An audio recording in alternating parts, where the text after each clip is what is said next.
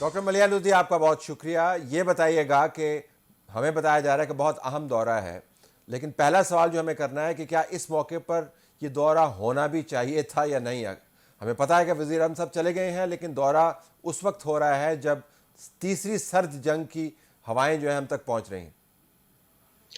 میرا خیال ہے طلعت، دورہ has to go ahead and it has gone ahead. یہ پہلے سے پلان ہوا تھا اور ایک باہمی تعلقات ایک بہت ہی اہم موڑ پہ ہیں اس وقت. تو یہ تو ایک سنہری موقع بھی ہے پاکستان کے لیے، پاکستان کے وزیر اعظم کے لیے. تو میں سمجھتی ہوں جو بحران ہم دیکھ رہے ہیں یورپ میں، اس پہ جو پرائم منسٹر کے جو وہاں پر کامنٹس اور ریمارکس ہوں گے، وہ اس پہ ان کو ذرا محتاط رہنا پڑے گا. ذرا نہیں، کافی محتاط رہنا پڑے گا. مگر اس کے علاوہ تو میں سمجھتی ہوں اگر ہماری میسیجنگ ٹھیک رہے اور ہمارے کامنٹس پبلک وہاں جو ہے وہ بالکل ہی محتاط رہیں، تو میں سمجھتی ہوں کہ اس دورے سے پاکستان کے لیے نیٹ آؤٹ کم جو ہے وہ پازیٹیو ہی ہوگا. تو ڈاکٹر صاحبہ، جو پیوٹن کی حکومت ہے وہ اس دورے کو اپنے لیے کتنا اہم جان رہی ہوگی اس وقت جس طرح کے حالات آپ نے بتائے کہ موجود ہیں؟ دیکھیں نا، صدر پیوٹن کے لیے یہ دکھانا کہ وہ معمول کے مطابق چل رہے ہیں اور وہ دورے ہو رہے ہیں جو کہ بائی لیٹرل دورے ہیں، تو یہ اس کے لیے اہم ہے. اور پاکستان کے لیے بھی کہ it has gone ahead with this visit ایسے وقت پہ، اس کا بھی ظاہر ہے اثر تو ہوگا صدر پیوٹن پہ. اگر آپ نے کوئی معیار بنانا ہو دورے کی کامیابی کو جانچنے کا تو وہ کیا ہوگا؟ عموماً دورے ہوتے ہیں، پھر بیانات ہوتے ہیں اور اس کے بعد خاموشی چھا جاتی ہے، لیکن اس دورے کی اہمیت کو آپ کیسے جانیں گی کہ اس کے اندر وزن ہے؟ جب یہ دورہ ختم ہوگا یا دوران دورہ جو بات چیت ہوگی اس میں سے آپ میئر کیسے کریں گے؟ میرا خیال ہے دو پہلو اہم ہوں گے آپ کے سوال کے حوالے سے. ایک تو یہ کہ دیکھیں جو سٹیٹمنٹس آئیں گی وہاں سے، اس سے اگر یہ کلیئرلی سگنل ہوتا ہے کہ جو ماضی کی تلخیاں تھیں دونوں ملکوں کے درمیان، جو ماضی کا تناؤ تھا، جو ماضی کی ہاسٹیلٹی تھی، ان سٹیٹمنٹ سے اگر یہ ثابت ہو جاتا ہے یا یہ ظاہر ہوتا ہے کہ وہ بالکل اب پیچھے چلے گئے ہیں، they are now part of history یا تاریخ کا حصہ بن گئے ہیں، تو ایک تو یہ پہلو ہے. دوسرا پہلو کانکریٹلی میں سمجھتی ہوں اگر وزیر اعظم پیوٹن سے، روس سے کمٹمنٹ لے لیتے ہیں کہ جو Pakistan stream gas pipeline project ہے جو کہ کراچی سے لے کے قصور تک جانا ہے، اس میں to get the Russians to recommit to this project, میں سمجھتی ہوں کہ یہ پاکستان کے لیے بھی ایک مثبت چیز ہوگی. میں آپ کے آرٹیکلز پڑھ رہا تھا، اس میں آپ نے بسا اوقات دوروں کے حوالے سے یہ باور کروایا ہے، اس کے اوپر زور دیا ہے کہ دورے کے بعد کے جو حالات ہیں وہ زیادہ اہم ہوتے ہیں، جس کو آپ فالو اپ کہتے ہیں کہ فالو اپ کرنا بڑا ضروری ہے. تو وہ فالو اپ جو ہے وہ کس قسم کا ہونا چاہیے تاکہ جس اہمیت کی طرف آپ اشارہ کر رہی ہیں وہ بانتیجہ بھی ہو اور لانگ ٹرم بھی ہو؟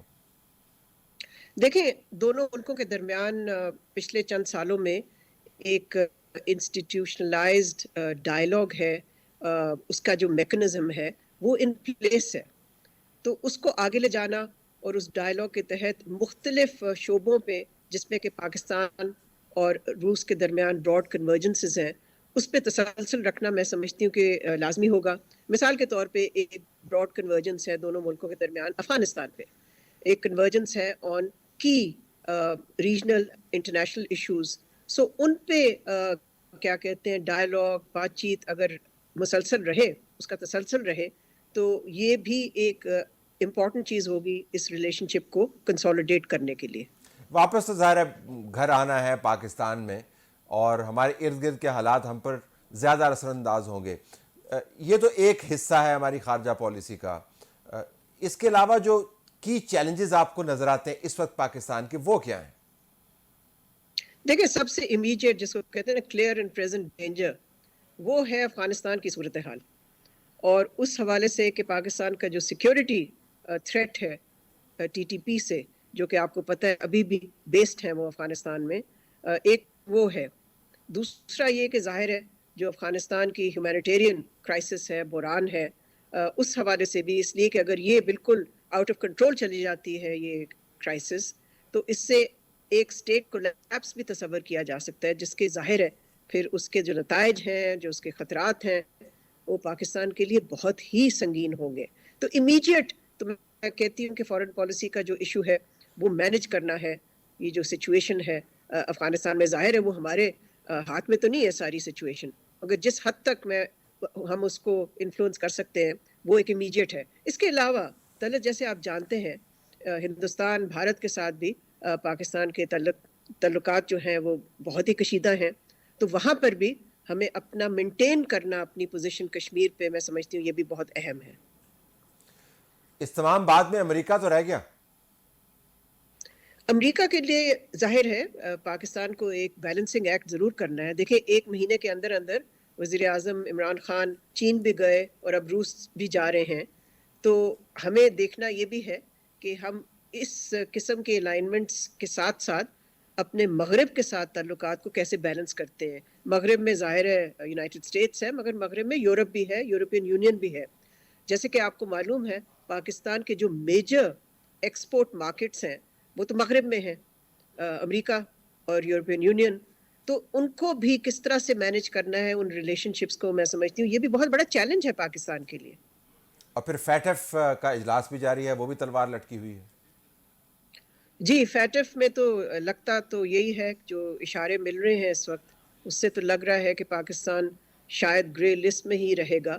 تو پھر وہ بھی چیلنج رہے گا پاکستان کے لیے کہ اگلی میٹنگ میں کیا وہ گرے لسٹ سے باہر آ سکتا ہے یا نہیں.